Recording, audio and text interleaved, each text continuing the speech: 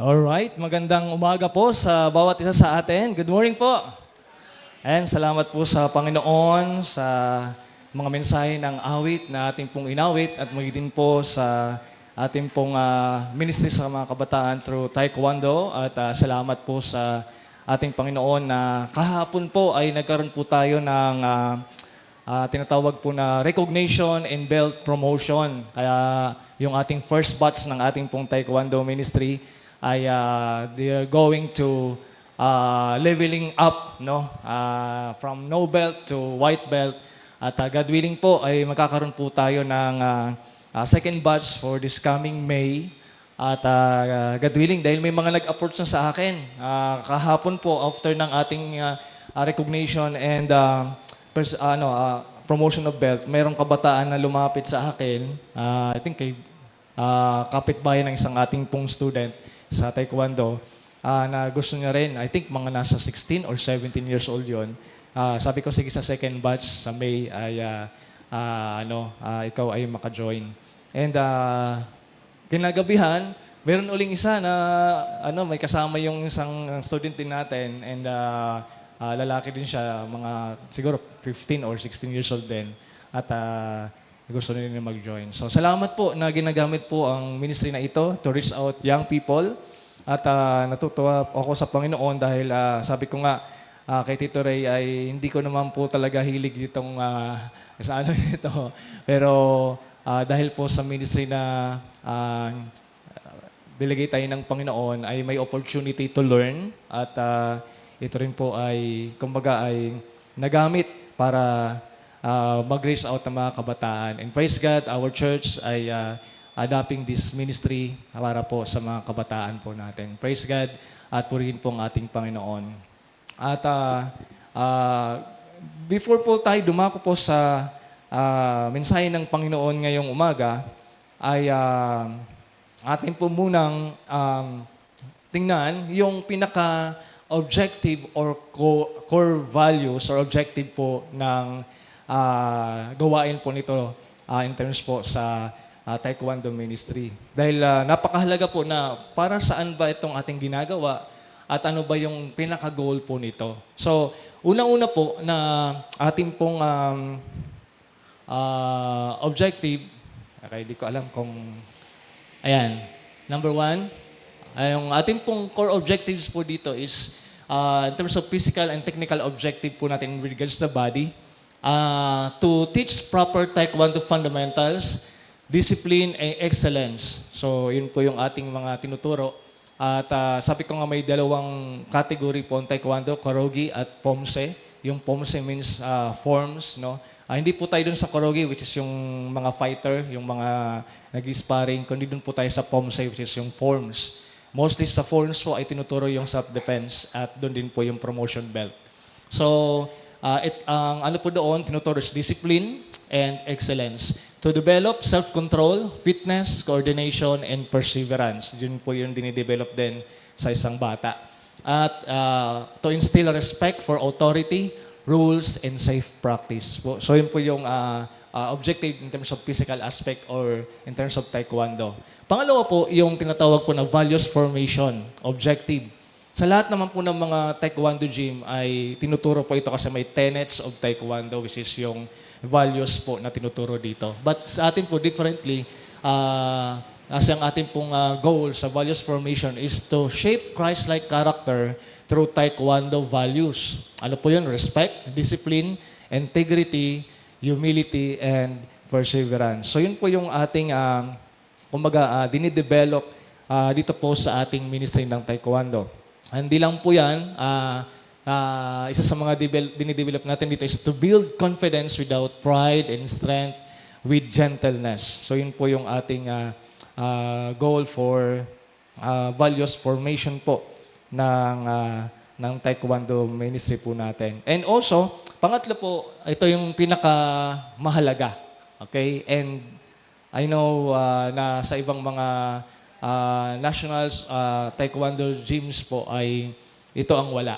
Bagamat meron po tayo mga ka-fellowship na church na meron din pong ministry ng ganito, but praise God dahil po ang pinaka-goal din po talaga is not matutunan po nila yung larangan ng sports na ito because to reach young people with regards po sa to lead students to know Christ personally and to shape and also to disciple them in God's Word. No? So kaya nga po sa ating pong ministry every Saturday afternoon, itong ating mga first batch, yun yung dinidil natin. Kumbaga, ang tawag namin yon yung pinakamasarap sa hamburger, hindi yung tinapay sa taas at tinapay sa baba, kundi yung gitna. Which is, sabi nila, ano yun? Burger patty daw. Minsan, may mga iba pa, may cheese o mga ganyan. So, yun yung masarap. So, yun yung pinakamahalaga. Kaya pag wala yun sa burger, pag unang kagat mo, tinapay lahat. Pero dahil nga po ay ang ating pong goal is to transform lives, kaya po yung spiritual development po ay nandiyan. So, to lead student to know Christ personally. Okay? Kahapon sa ating pong gospel presentation sa mga dumalo na parents ay ang ating goal is not to convert them to religion. Okay? But to have personal relationship sa ating Panginoong Jesucristo.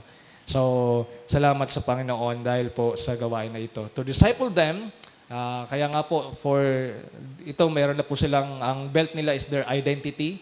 They are the beginning of their journey. Una sa Panginoon, the relationship sa Panginoon, and also sa Taekwondo journey nila. Kaya po, iano natin sila to read the Bible, attend Sunday school, kaya po mostly mga Sunday schooler na rin po sila. And devotion, prayer, and fellowship. Okay? So yung iba po doon, yung mga YG na natin, so may fellowship mamaya, ay dadalo rin po sila. So to encourage a lifestyle that reflects Christ in family, number one, sabi ko, ang transformation una makita sa family. Kaya mayroon po, partners tayo po, ang church partners to their parents para sa kanilang mga kids to monitor them yung natututunan po nila with regards po sa values, no? Kasi napakahalaga po. Sabi ko nga, it's good to return to the values of the Filipinos to say po at opo sa mga matatanda. Sa pagmamano rin sa mga matatanda. Di ba? Meron pa po ba tayo nakikita ngayon sa mga kabataan ngayon? Okay? Pero yun po yung ating goal. Hindi lang po yun siyempre, and also to reflect Christ sa kanila pong campus, sa school, and community, which is sa paligid nila, sa mga kapitbahay nila, mga kalaro nila sa kapitbahay nila. So, and bakit ko po ito na-open? Because the campus, okay, ngayon pong month hanggang sa May, ang ating pong Pastor MJ, Father, kanya pong sasabihin din po sa atin yung ating pong magiging mga topic for this month and hanggang sa May, itong buong summer na ito, dahil ito po yung ating missions month. Okay? O missions months. Dahil hanggang May po. At ang ating pong i-emphasize sa missions month natin ay yung pinaka-core po ng church, which is the 7C. Okay? Sino po nakakalam sa inyo yung 7C? Di ba? Unang-una ay the church, okay? Community, campus, corporate, okay? And Christ body, cross-cultural, and ano po yung panghuli? Clan. Okay. Yung clan, which is hindi lang sa yung family but also yung mga kamag-anakan pa, di ba? Kasi may mga clan dito no? So, na atin po. And i-emphasize din po yan sa atin ng Pastor MJ yung with regards sa clan. But ngayon po ay as we start sa ating pong missions months ay sisimulan po natin sa topic with regards po doon sa mga kabataan. Okay?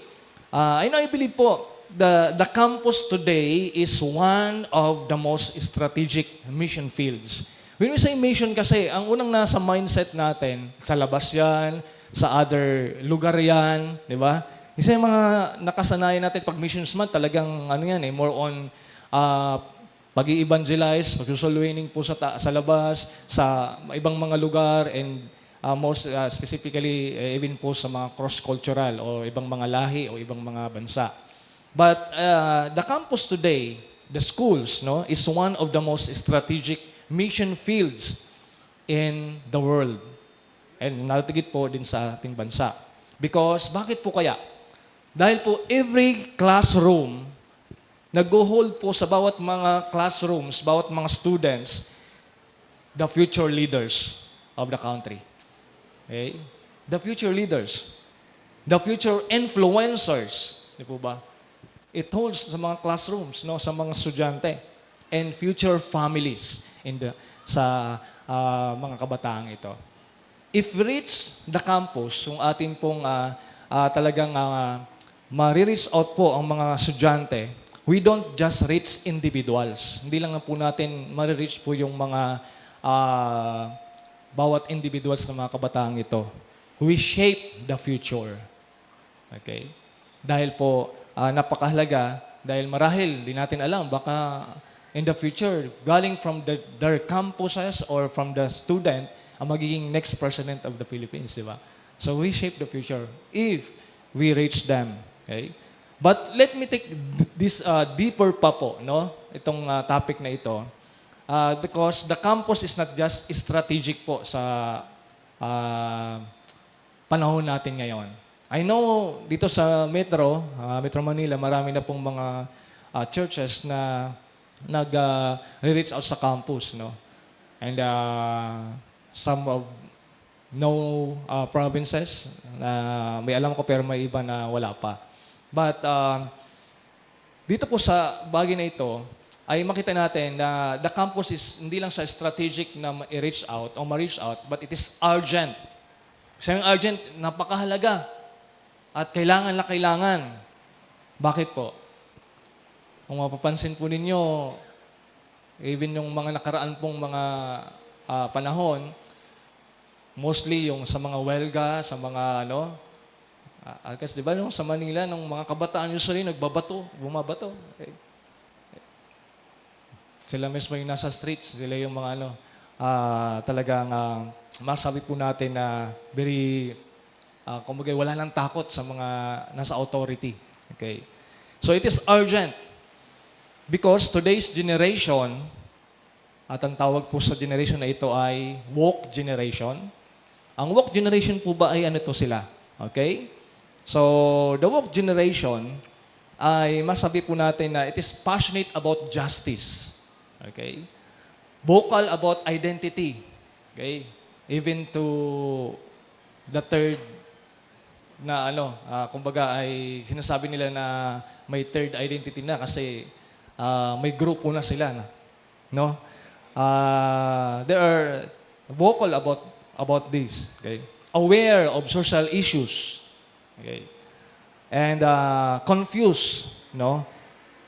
Bagamat sa mga bagay na ito, but at the same time, sila po ay confused, no, about truth.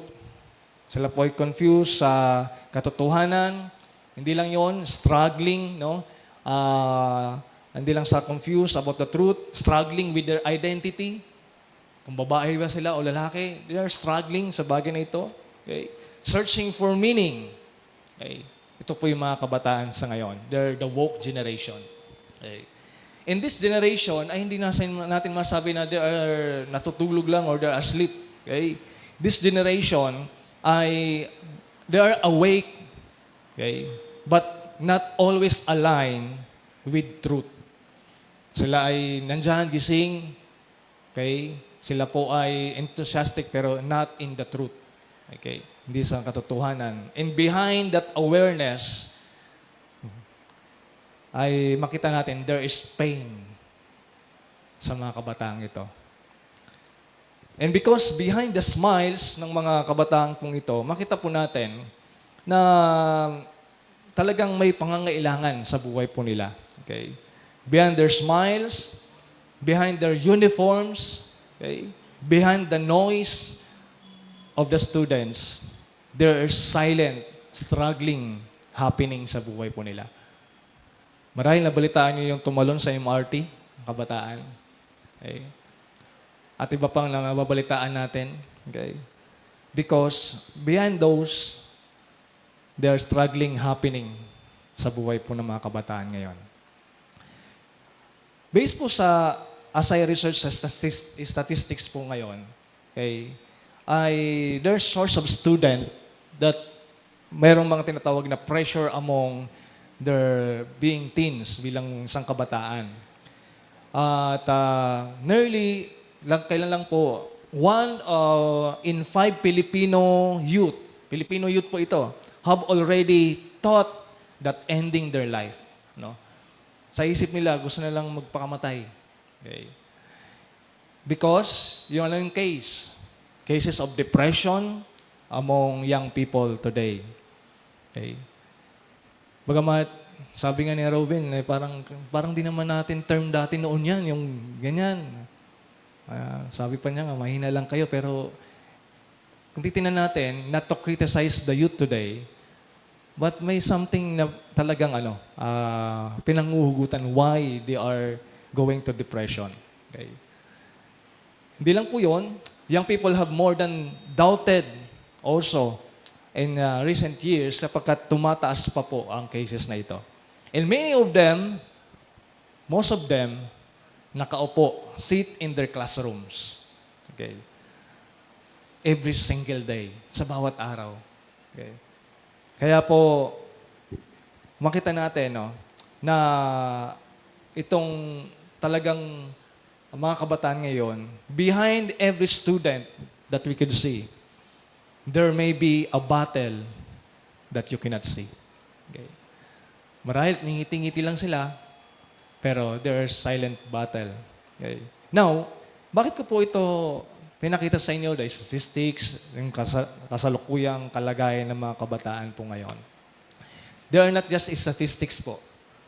They are students and they are souls. Sila yung mga kaluluwa. They are people na ang Panginoong Hesus namatay para sa kanila. Okay. And here is what makes it, that even more powerful na kailangan po nating maunawaan. Sapagkat most Filipino youth still believe in God. Ang iba pa nga doon, if you, pag nakausap mo sila, naglalagay pa ng, Sunday school. Okay. Laki pa ng church. But, they still believe in God. Sila po ay naniniwala pa rin sa Diyos. But many are confused. Many are, hindi lang confused, okay? Many are also, masabi natin na searching. Ano ba talaga ang totoo? Okay. And also, drifting. Nandun na sa tama, napunta pa sa mali. Drifting. Because mayroon silang na-observe. Okay. Kaya po, makita natin, na yes, they are not rejecting God. Hindi nila, doon sa ibang bansa, because of the circumstances na naging atheist na, hindi na naniniwala sa Diyos. Pero, mapakausap mo pa rin sila, they are not rejecting God. Hindi pa rin nila po nire-reject na may Diyos. But they are searching for someone who will show them that God is real. Sila yung naghahanap ng isang persona na magpapakita sa kanila na totoo talaga ang Diyos. Okay. Church, listen carefully po as we begin our mission months sa umagang ito. The campus is not full of unbelievers. It is full of seekers. Okay. And the question is, who will show them the truth? Sino po magpapakita sa kanila ng katotohanan? Kaya po ngayong umaga, as we open our Bible, and may I request everyone to please stand, atin pong buksan yung ating pong passage sa umagang ito sa Matthew chapter 5, 13 to 16. And if you have Bible with you, whether electronics Bible o inyo pong kopya ng ating mga Biblia, at basahin po natin yung ating passage sa Matthew chapter 5. It's very familiar verse, pero nawa po ay ma-challenge muli, mapaalalahanan muli po tayo sa umagang ito as we reach out the campus, as we reach out the students, the young people. Basahin ko po yung 13, kayo po sa 14. And pagdating ng 16, sabay-sabay po nating basahin. Verse 13 ng Matthew chapter 5 sa ASB, "You are the salt of the earth. But if salt has lost its taste, how shall its saltiness be restored? It is no longer good for anything except to be thrown out and trampled under people's feet." 14.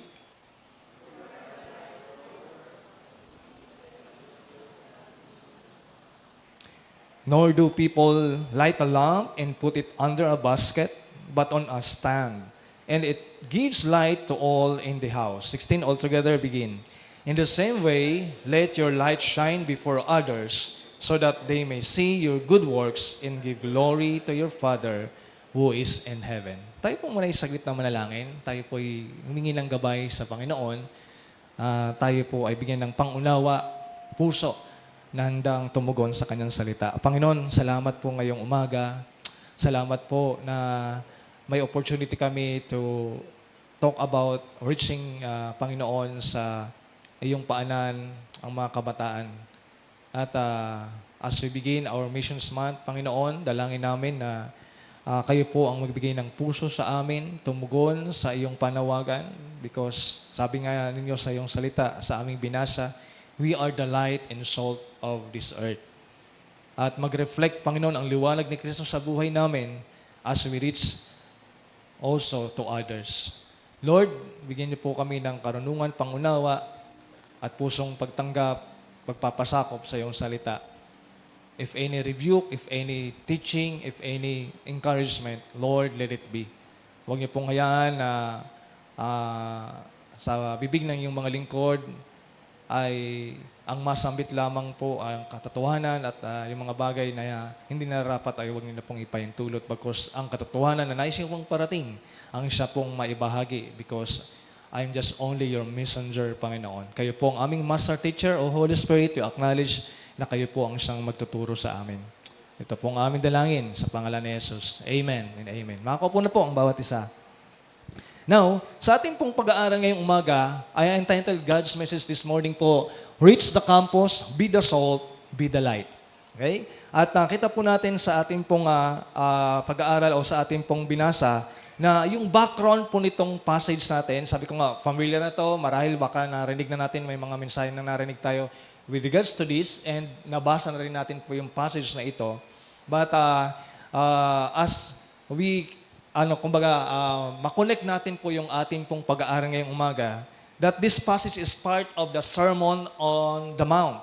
Okay? Ang Panginoong Hesus ay nagturo po siya sa bulubundukin during that time, beginning from Matthew chapter 5 to chapter 7.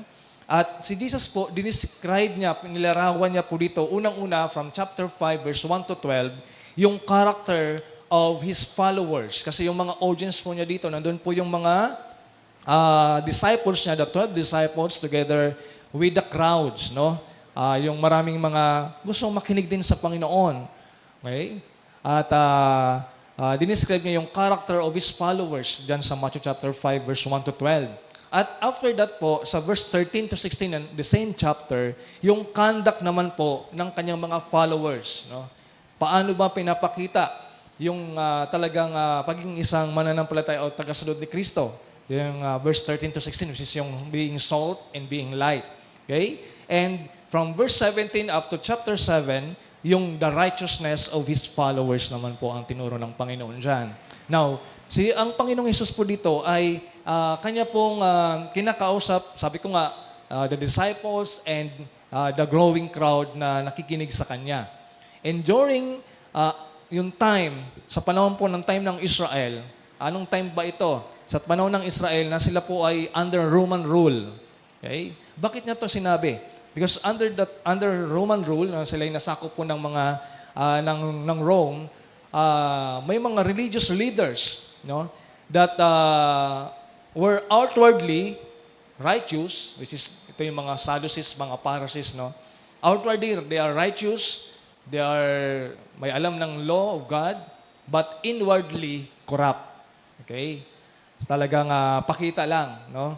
And people are also spiritually lost during that time na ito po ay tinuturo ng Panginoong Jesucristo. In that darkness, sa panahon po na ito na talagang makita natin ay spiritually corrupt yung mga spiritually lost yung mga tao during that time, sinabi ng Panginoong Jesus, you are the salt.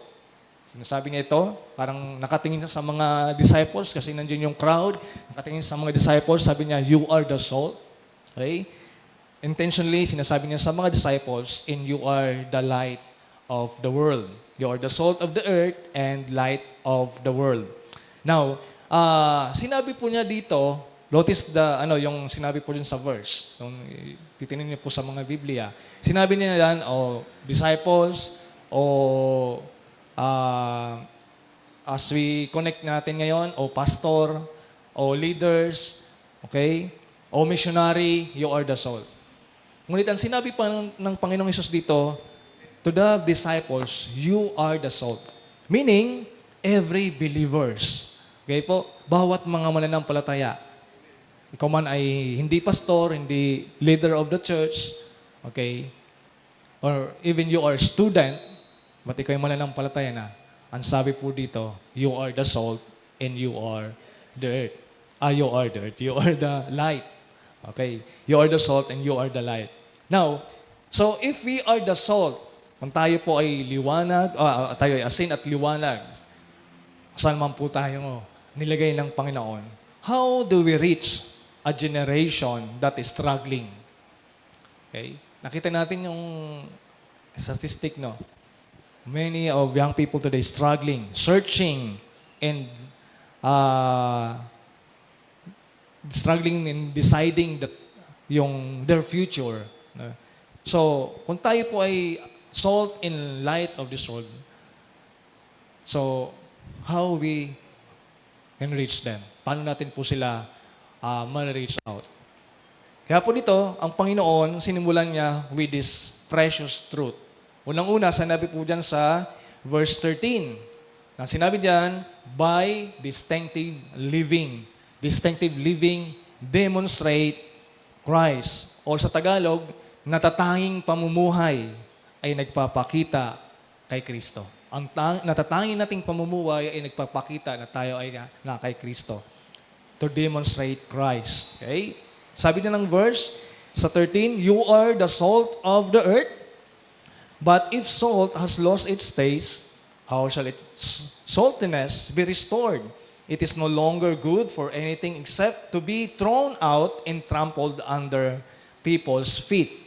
Now, makita po natin dito, yung salt, sa time, even sa time naman ngayon, yung time ng Panginoong Hesus, kasi wala pang mga refrigerator. So, pag sila'y ng isda, hindi na pwedeng, lagay muna sa ref para hindi agad masira. So, anong ginagawa nila? Lagyan nilang asin. Okay. Para saan? To preserve. Okay? And to flavors. Di ba? Di ko po alam sa inyo kung may nag-aasin pa sa pagluluto kasi baka yung iba sa inyo, bawal na mag-asin. Okay. So, pero mahirap din naman yung pag sobrang asin na. No? Sabi namin ni Pastor John, kapag yung niluto ay sobrang maalat na, hindi mo nakakainin. Sobrang alat na eh. Lasang dagat na. Tawag namin dyan, di ba? Okay, so, but we all know that salt or asin ay used for preservation and for flavors para po magkalasa. But meron ng warning din ng Panginoon. Sabi diyan sa verse, if the salt loses its flavor, kapag nawawalan ba talaga ng alat ng asin? Okay? Looking backward po, sa time nila ng Panginoong Hesus, yes. Okay po. Dahil po, may mga, explanation, but absolutely nawawalan po. At ang sabi dyan ng Panginoon, kapag nawalan, anong mangyari? It is no longer good for anything except tapo na lang sila dyan, apak-apakan na lang ng tao, panambak na lang ng artist na panginabak, naging panambak pa. No? But anyway, hindi dapat yun yung maging, use niya na panambak. Okay? Kasi ang use ng asin, preserve and flavors, di ba? That's the purpose ng asin, hindi para panambak lang. So, kaya po, ano po yung mga makita natin po dito na principle? Okay? So, makita natin it becomes useless kapag nawala ng flavor. Meaning, if we lose our influence, okay, as a Christian, bilang mananampalataya. Kabataan, marami tayong kabataan na rito ngayon. Kumusta ka sa school? Kung ikaw still ay nasa pag-aaral pa. Okay. Kumusta ang influence mo? Being salt and light. Okay. So, kasi kapag walang influence, you cannot impact yung bagay na kung saan you imitate. Okay? Yun nga, parang ano na lang siya sa apak-apakan na lang. So it loses your usefulness and also your influence. Anong use mo na lamang, di ba, bilang tinubos ng Panginoon. Kaya po, you cannot impact what you imitate kasi ang ating ini-imitate ang Panginoon. Okay? So, sabi niya, do not be conformed to the world, but be transformed by the renewing of our mind kasi ang ating layunin is to imitate Christ. Okay? Di ba sa ating abiding topic, ang pinaka-goal natin talaga is Christ-likeness eh. Kaya tayo nag-a-abide kasi ang goal is to be like Christ. Kaya po, sa mga students, sa mga nanonood sa atin sa live, okay, makita natin, you are surrounded by, yung mga students, pressure to compromise, di ba? Pressure to compromise. Lahat na sila nagagayahan, lahat na sila ay gumagawa na ng Okay. So, you're still standing. Or pressure to fit in. Especially po ngayon, marami pong generations. Noong ko po'y dumalo sa Youth Intentional Discipleship Conference, which is ang familiar na tawag ay MOVE Conference. Isa sa mga diniscuss po doon yung reaching the campus. Okay. At isa po sa mga na topic binigay sa doon sa workshop, na maraming kabataan ngayon, they are pressure to fit in. Kasi pag hindi ka naging fit in, cancel ka sa amin. Di ba? Yung cancel culture. Okay. Kaya kailangan mag-fit in. Ano yung i-fit in mo? Dahil kami lahat ay nag-vape, vape ka rin. Di ba? Dapat ikaw ay ganitong trip namin, ganito ba trip mo? Pag hindi, cancel ka sa amin. Ayan. So, ganun po ang mga kabataan ngayon. There are pressure to fit in, there are pressure to follow the crowd. Okay. But what they need, is another person. Hindi po yung another person na mag-blending in sila. Hindi po yung need nila.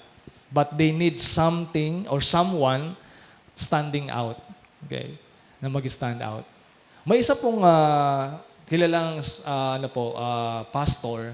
Nung siya po ay kabataan, high school hanggang dumating po siya sa college. Nung high school siya, hate niya yung mga Christian. Okay. Ayaw niya maging Christian. Nung dumating po siya sa college, ay may isang grupo siya nakita sa kanilang campus na bakit ang sasaya ng mga to. Okay. Anong mayroon sila? Okay. Kala niya yung normal lang na may mga ganyan. Pero napansin niya, yung pag-approach niya, hindi po siya kinancel kundi yung question niya, bakit kayo ganyan? Sasayahin ninyo, parang walang mga problema, kaya parang hindi kayo pressure sa pag-aaral. Okay? So, and they discovered that this group of people in their campus ay merong tinatawag na discipleship. Pag-aaral ng salita ng Diyos. They are Christians. At doon sa napaka-questions, ganito ba talaga yung Christians? And we begin to seek hanggang sa po'y nag-involve, nakaka-join na, at now po naging pastor siya. Okay? Ang pangalan niya po ay si McDowen. Josh McDowen. Okay. At gumagawa rin po siya ng mga books. Okay. So, bakit po? Because of the influence of these believers in the campus. Okay? Now, kaya po, ang po sa atin, nahamon po sa atin, okay, ay talagang, if you are student, stand for honesty. Okay? If you are student, stand for purity. Okay. Marami mga kabataan na ngayon, 12, 13, o baka minsan may 10 pa, ay may mga ginagawa na sila na ginagawa lang ng mag-asawa. Okay. And if you are student, stand for truth. Okay.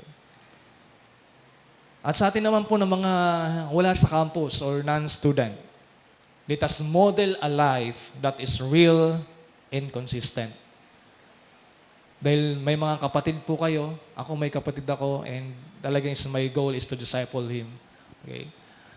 And also, be consistent. Okay?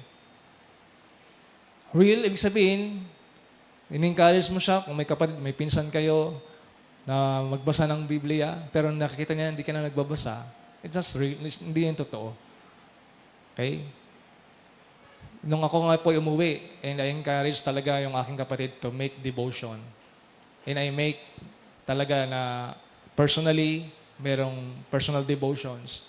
At nung nandun po ako, nung umuwi ako sa province, we make also a family devotion. Okay? And I praise and thank God kasi kahit wala po ako doon, nakakalid sa aking, aming mother sa family devotion. Okay. Now, we need to influence by our modeling. Okay po. Influence the young people around you. Kung wala ka naman ng anak na estudyante, ay may mga kabataan ka around you, kapitbahay mo marahil. Okay? Influence the young people around you. Because if there is no difference in your life, there will be no difference through your life. Tama po po ito? Tama po ba ito? If there is no difference in your life, wala nakita, baka talagang walang, nakikita or wala talaga pong nagbago or talagang tayo po ay wala pang totoong pagkilala sa Panginoong Yesus. Okay? Because as we believe on the Lord Jesus Christ, accept Him as Lord and Savior, meron pong mangyayaring difference, changes. Hindi man po sa instant, kasi ang sanctification ng Panginoon, pagbabago ng Panginoon is a process, pero po unti-unti, little by little. Okay? Kaya po itong ating mga students sa Taekwondo, don't expect na, Taekwondo ka na, dapat ganito na yung attitude mo. Hindi agad-agad yan. Kaya nga po, pinoproseso natin. Okay? Ganon din naman sila. Gusto nila agad na mag-aral ng ganitong mga sipa. Sabi ko, hindi muna yan. Hindi niyo pa kayang gawin yan kasi may process yan. Okay? Kaya yung performance nila, just the basic po. Hindi muna yung mga sipa-sipa na gano'n. Kasi may proseso tayo. Same way in a Christian life. Okay? And what the basic po sa ating buhay? Okay? Seek Him. Kilala natin muna ng Panginoon. As we seek Him, as we know Him, changes will come. Bakit po? Magiging natural na lang eh. Di ba? If you abide, di ba? Natural na lang yung bunga. Okay? So, kaya ganun po ay makita natin po dito, mga kapatid, na talagang pagsikapan natin in order for us to reach the campus, the young people today, dahil po tumitingin sila sa atin ngayon. Sa mga nakakatanda. No? Okay. At napakahalaga po na maipakita natin po yung buhay na mabunga kay Kristo. But living differently is not enough. Okay. Because many students are not just watching. Hindi lang sila tumitingin. Okay? They are waiting. Naghihintay sila. Saan? Waiting for someone to speak. Okay. Someone na makausap, maibahagi po Waiting for someone to explain. Patungkol po sa pangangailangan ng kaligtasan.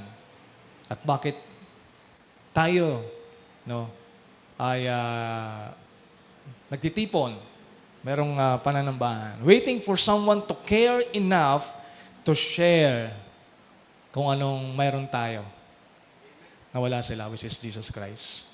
Kaya po, nagpatuloy po ang sinabi ng Panginoon dyan sa pangalawa. Jesus continues, sabi sa verse 14 and 15, which is, we need to deliberate lighting. That's the second point. Deliberate lighting declares Christ. Kanina ay sabi ng Panginoon, we need to we have to have a distinctive living. Okay? Or atin po talagang naipapakita or atin pong dinidemonstrate natatanging pamumuhay na nakikita ang Panginoon. At secondly, deliberate lighting declares Christ. Sadyang pagliliwanag. Okay? Kasi yung deliberate, sadya ito, natural ito. Diba? Magliliwanag ay nagpapahayag po ito kay Kristo. Okay? Yung totoo talagang may ugnayan kay Kristo, hindi mo kailangang piliting lumiwanag. It's natural magliliwanag. Okay? So, kaya nga po, deliberate lighting. Sabi ng verse 14, sabi dyan, and verse 15, basahin po natin yung ating mga Biblia. Sabi dyan, you are the light of the world. Okay? A city set on a hill cannot be hidden. Remember yung sinabi dyan, a city sit on a hill. Okay? Kung kayo po yung nasa airplane, kung nakasakay na kayo at gabi kayo yung flight ninyo, malalaman nyo po sa baba kung may bahay. Okay? Pag-araw siguro, hindi mo pa malaman kasi hindi mo makita. Para puro ulap ang makita mo. Pero sa gabi, nung pumunta ako last year sa Palawan po, sa Biennial Conference, madaling araw po yung flight ko papunta doon. At na-enjoy ko yung ano kasi may mga twinkle-twinkle doon eh. Ilaw. I know mayroong mga bahay doon. Okay? Kung sa araw, siguro, at island yung nadaanan mo, hindi mo alam kung may bahay kasi nga wala namang makita ka na liwanag sa araw. In terms of with regards sa mga ilaw nila. So, ano po yung purpose nun?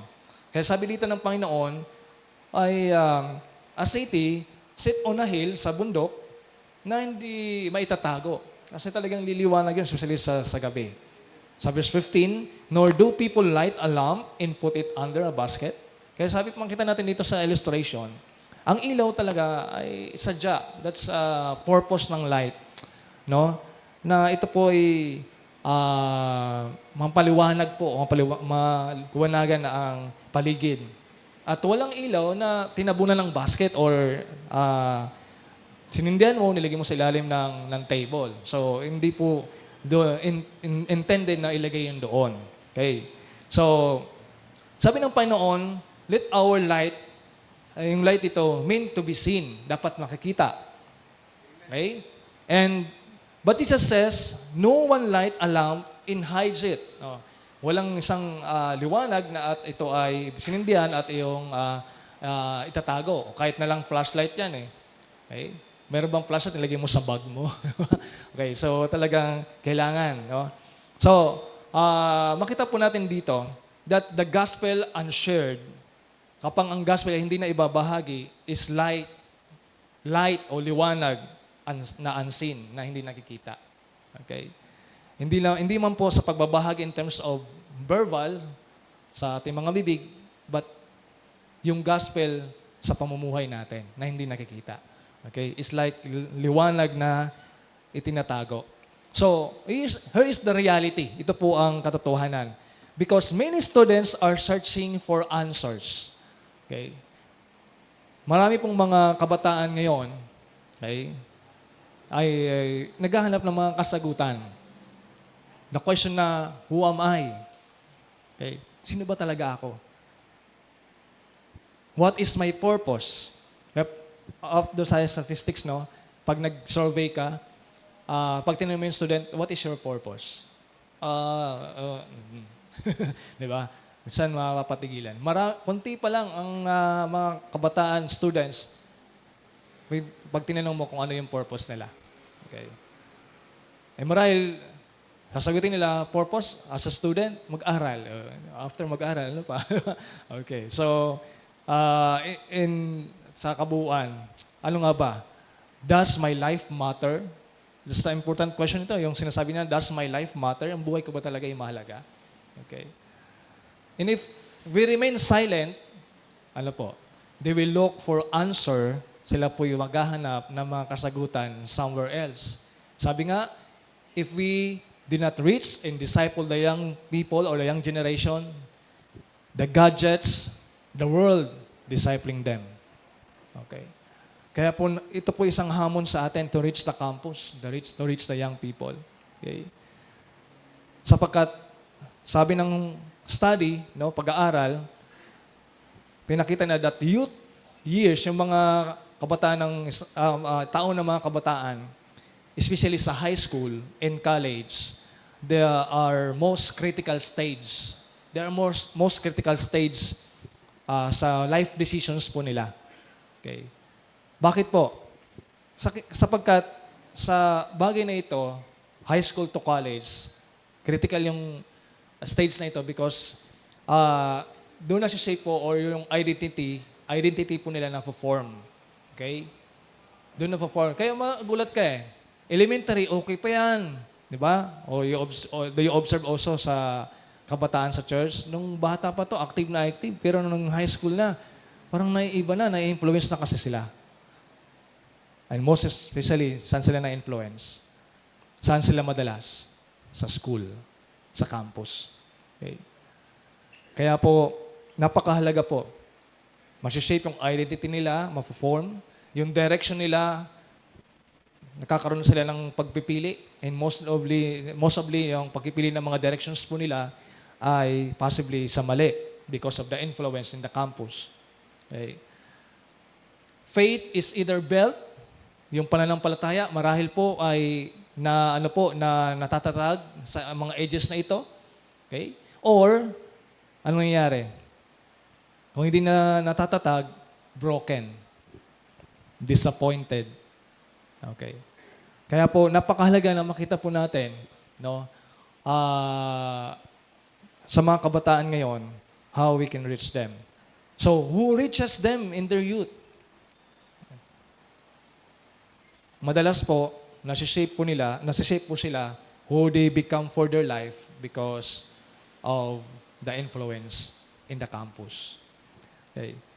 If we don't speak truth, someone else define it for them. Okay. Someone defines for them na ito ang truth. Kaya nagiging relative. Yung blue sa'yo, yun yung paningin mo, sa akin kasi itim yan. Ganon. Nagiging relative, di ba? Yung truth sa'yo, yun yung katotohanan sa'yo, pero itong katotohanan ko. So, nagiging relative. Pero mayroong absolute truth. Di ba? Ang sinasabi ng Biblia. Kaya, maraming ganun po ngayon, na kabataan. Okay. Kaya po, napakahalaga na ipanalangin natin po ito. Mamaya, I think, share ni Pastor MJ yung desire namin po to reach the campus within our vicinity dito po sa Taguig. Now, isang bagay din po na makita natin as a student, sa mga kabataan po na nakikinig ngayon, if you are a believer, share your testimony. How? Okay? Alam niyo po yung pray, care, and share. Di ba? Okay. Pag-pray mo yung classmate mo. Okay. After you pray, wala ka pang ginagawa, pray mo lang. Lord, help me an opportunity to share my testimony kung sino kayo sa buhay ko. Okay. And pakita mo ng care. Huwag mong, ibig sabihin, nagkikare ako, pastor, kaya pinagaya ko sa exam. Huwag ganun. Okay. Kundi may times na nahirapan siya, especially sa math. Marami mga estudyante hirap sa math eh. Kung magaling ka sa math. So, try mo explain, pero huwag mong pagayahin sa assignment. Huwag sabihin, try mo, ito yung paano, formula, paano, ganyan. No? Okay. At pag natutunan niya, you show care for them. Okay. Hindi para to compete. Pag tinulungan ko kasi mas mataas pang grado kung mangyayari niya sa akin kasi hindi ganoon. You care for kasi nag-i-struggle siya. Kaya gusto mo matulungan na matutunan niya. Okay. Hindi lang yung sample lang po yung mga ibang mga matters pa. No? Baka most of them may mga family problems din. Di ba? So, and as student, invite them. Okay? Meron po tayong youth fellowship. Okay? So, invite them. Okay. And sa atin naman po na hindi na mga students or nasa campus, pwede po tayo maging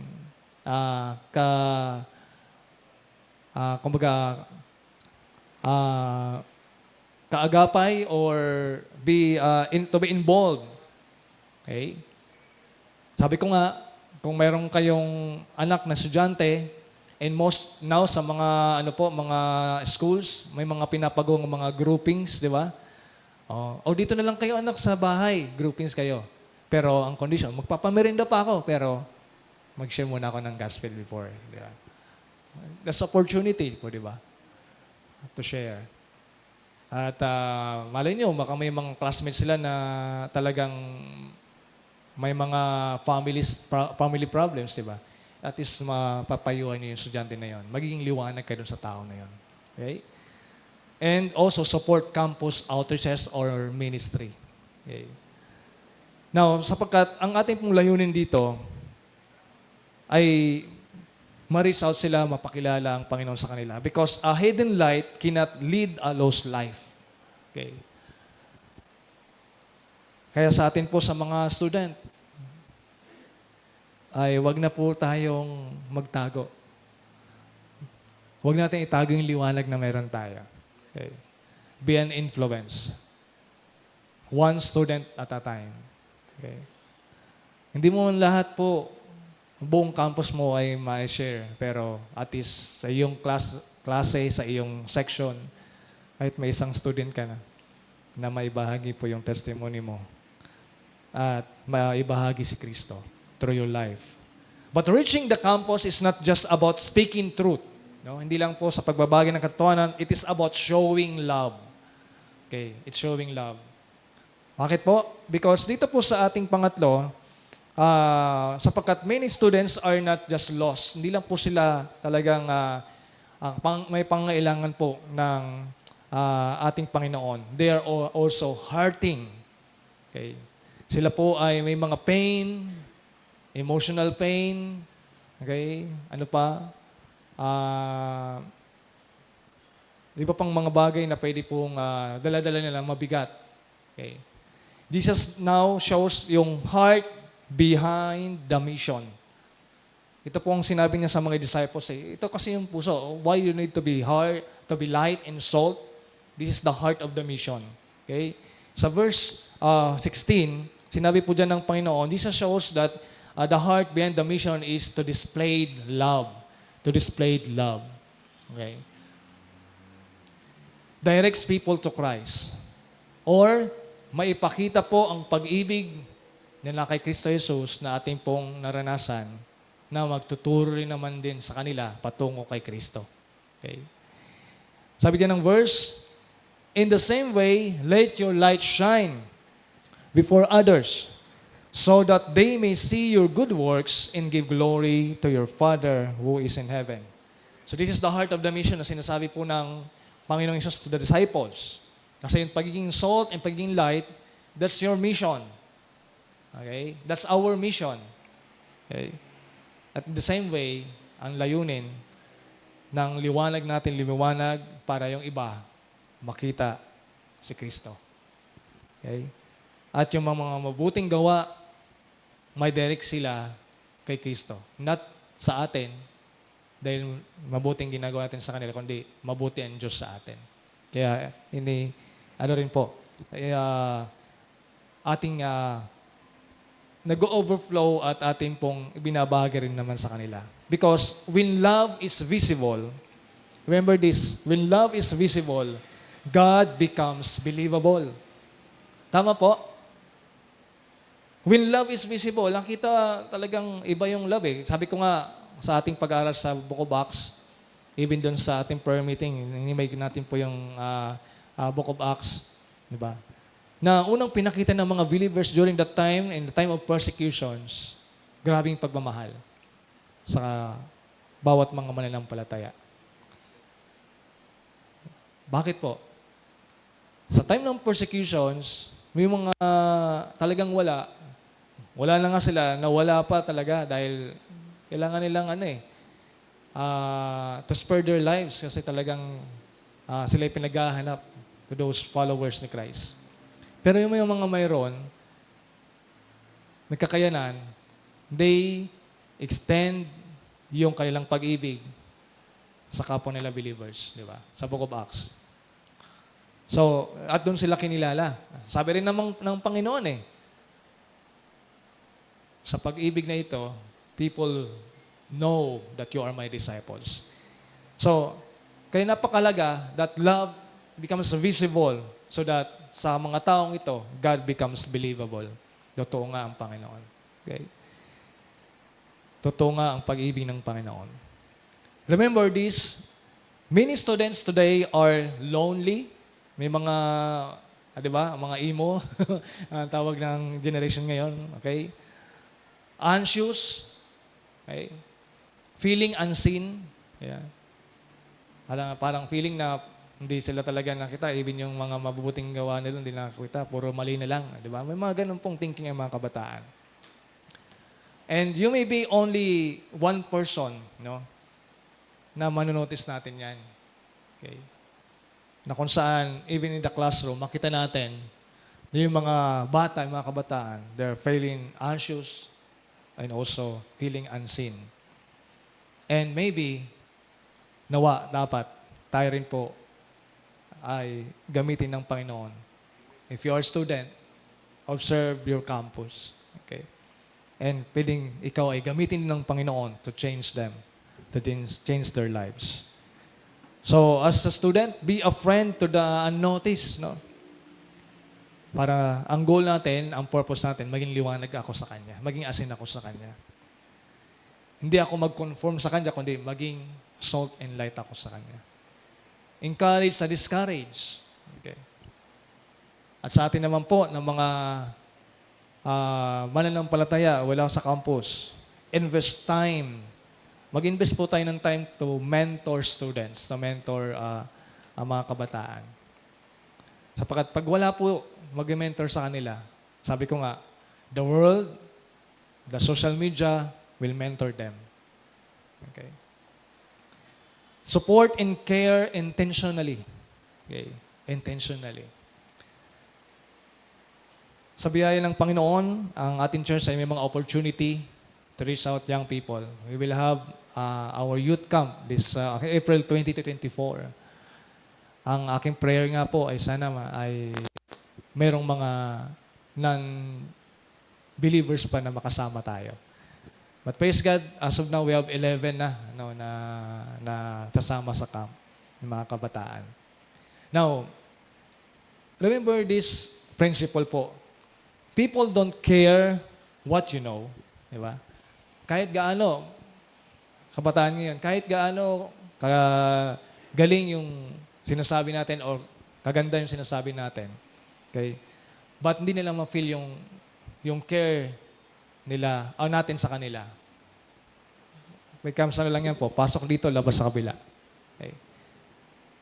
But until they know that you care, okay, sa simpleng paliwanag mo sa salita ng Diyos, pahalaga nila because naunawaan nila, nakikare tayo sa kanila. Nararamdaman nila yung love na yon. Okay. Kaya po, sa umagang ito, makita natin po ang hamon ng Panginoon dito to be the salt and the light.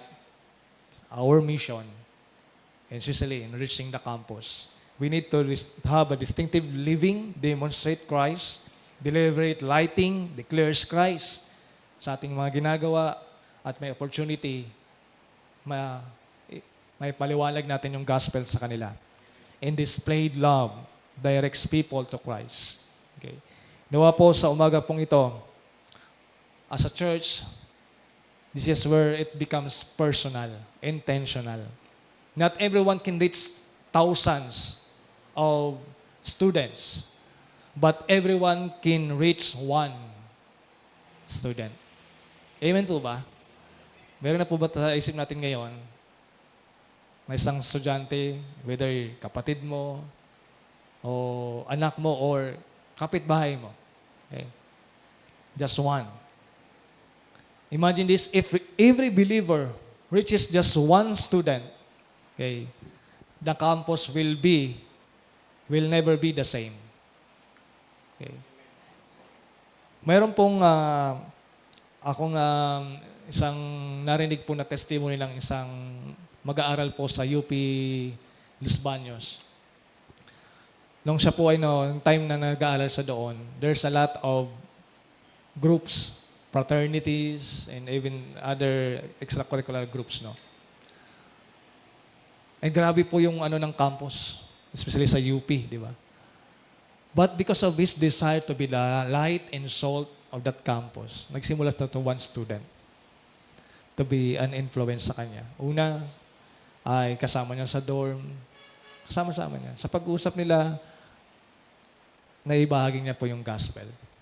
And nagkaroon sila ng desire to be salt and light. Dalawa na sila salt and light. Okay, yung isa salt, yung isa light. Hindi sa kulay, Hindi, yung kanilang desire talaga. Hanggang nagkaroon po sila ng yung 2, it becomes 4, 4 becomes 8, and 8 becomes 12. At nasimulan po yung campus ministry sa UP Los Baños. At yung pong student na yon na nagsimula, tinawag din po siya ng Panginoon to become a pastor. At yan po yung nagpa-pastor po sa isang malaking church. Okay? Somewhere in Laguna. At nakapag-speak din po siya sa conference, ng MOVE conference, okay, because of that desire. Yung puso niya to reach the young generation, the campus, because of his experience. Now, the challenge to us this morning po mga kapatid, the mission is possible if we reach intentionally one soul, one student at a time. Don't wait to change the campus. Start by changing one life. Okay po. One student reach, no, is one eternity change. Kaya po, napakahalaga na bakit po tayo ini-emphasize ito? Why do we go? Bakit po natin ini-encourage na tayo po ay maging liwanag at asin, especially in the campus? Because God so loved the world that He gave His only begotten Son. Hindi lamang po sa ating community, but also sa mga students na ito. Right now, let us pray na, Lord, tulungan niyo kami. Maging impact po ang church, ang bawat isa sa amin, to the campus, okay, to the students, to the young generation today. Let us pray. Father God in heaven, kami po ay nagpapasalamat sa iyong salita at sa paalaala na kami po ay asin at ilaw ng mundong ito.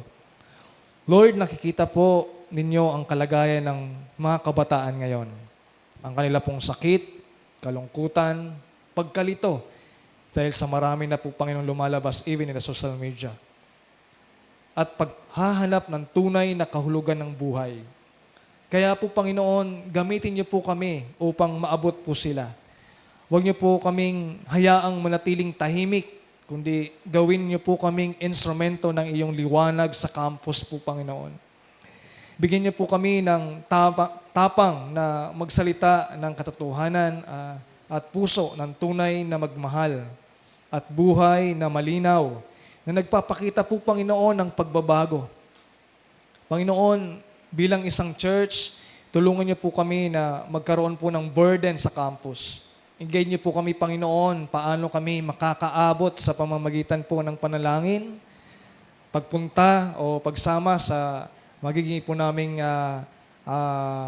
manalangin ngayon na makapag-reach out kami to the campus ministry. And also, Lord, ito po ay hindi lamang para sa mga lingkod ninyo, to us as believers, Lord. And ganun din po, even marahil sa pagbibigay to help the campus ministry. Pakikibahagi sa gawain ng misyon. Kaya gawin niyo po kami, Panginoong, isang church na hindi lang nagtitipon sa lugar na ito, kundi isang church na nagsusugo para abutin, Panginoon, ang mga kabataan, ang campus, at hindi lang nagsusugo, but umaabot din ng kaluluwa. Panginoon, para po sa mga estudyante na narito, gamitin niyo po sila sa kanilang mga classroom, sa kanilang mga kaibigan, at sa kanila pong mga pang-araw-araw na buhay. Gawin niyo po silang matapang na saksi po ninyo, witnesses po ninyo. Hindi po nahihiya sa Ebanghelyo, sa pamumuhay nila, kundi handang magbahagi ng kanilang pananampalataya. Give them opportunity, Lord. One classmate at a time. Para naman po sa mga marahil ay hindi man estudyante, marahil guro, mentors, or workers, or us as a church, as believers, bigyan niyo po, Panginoon, kami ng wisdom at compassion upang ma-influence ang mga kabataan. Tulungan niyo po, Panginoon, ang bawat isa sa amin na maging ilaw, hindi lamang sa amin pong itinuturo, kundi sa aming pamumuhay din po. Kaya, Panginoon, turuan niyo po kaming lahat, estudyante man o hindi, na maging intentional sa pag-abot ng kanila pong ng kahit isang kaluluwa po, Panginoon. At ngayong Missions Month po namin, Lord, bigyan niyo po ang bawat isa sa amin ng kahit isang estudyante na amin pong maaabot, mamahalin, didisipulo at madadala sa iyo. Panginoon, simulan niyo po sa amin ngayon. Gawin niyo po kaming asin na nagbibigay lasa sa mundong ito at ilaw na nagtataboy sa kadiliman ng campus, Panginoon. Lahat ng ito aming panalangin sa iyong makapangyarihang pangalan ng aming Panginoong Hesus. Amen and amen. Isang mapagpalang umaga po. Purihin ng ating Panginoon.